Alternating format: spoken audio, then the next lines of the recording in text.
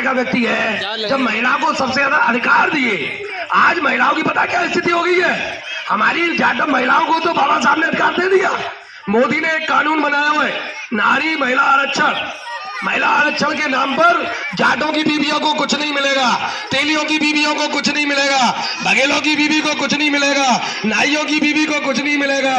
मैं आपको तेली, तमोली, घोसी, कहार, चमार को छोड़ करके सबको कुछ नहीं मिलेगा। एक मिनट, तुम्हें बड़ी परेशानी होती है। हमको तो बाबा साहब आजादी से पहले सब कुछ दे गए, जाटवों को, धोबियों को, कोलियों को, कुम्हारों को, हमको सबको दे गए। लेकिन नहीं दे गए तो उनको देने की बात कह गए। तब बाबा साहब ने कहा भाई तू भी पिछड़ा है। तब हमारे चौधरी साहब बोले मैं तो क्षत्रिय हूं। जब बाबा साहब ने कहा गुजर तू भी पिछड़ा है, तो उसने कहा मैं क्षत्रिय हूं। तो सभी लोग क्षत्रिय बन गए। अब क्षत्रिय बन गए तो क्षत्रिय बन के तंग गए, अब तंग गए तो खड़े रहो भैया।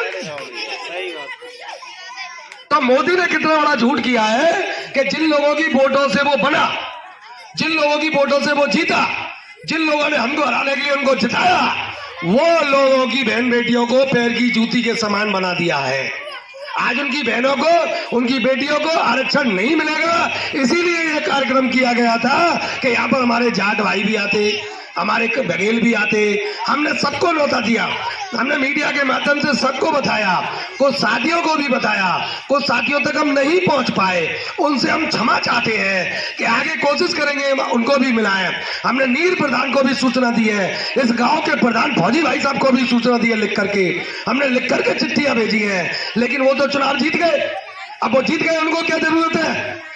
अब जरूरत है आपको, उन बघेलों को, उन बाकी जाटों को, उन नाइयों को, उन कहारों को, उन कुम्हारों को, उन सभी छोटी छोटी जातियों के लोगों को जरूरत है कि इस नरेंद्र मोदी सरकार ने हमारी बहन बेटियों को बर्बाद करने का काम किया है। और इससे बचने के लिए आपको सतर्क रहना बहुत जरूरी है। अब हमारी बहन बेटी पढ़ नहीं पाएगी, रिजर्वेशन खत्म हो गया, था ही नहीं, लागू ही नहीं किया, पहले कांग्रेस ने नहीं किया, दोहराओ चुप।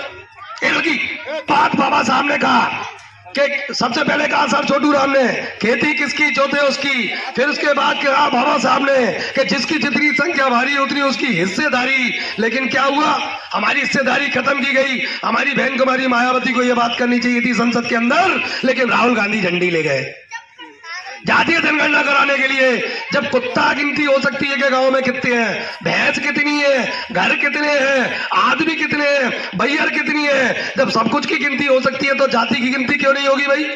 किस जाति के आदमी कितने हैं गांव में, उस हिसाब से बजट होना चाहिए। मान लो इस गांव में सबकी पता चल जाए हमको दतिया गांव में कि कितनी जाति के लोग हैं इस ग्राम पंचायत में, तो उसी जाति के हिसाब से उनकी सड़कें बनेंगी, उनका भरण पोषण भी होगा।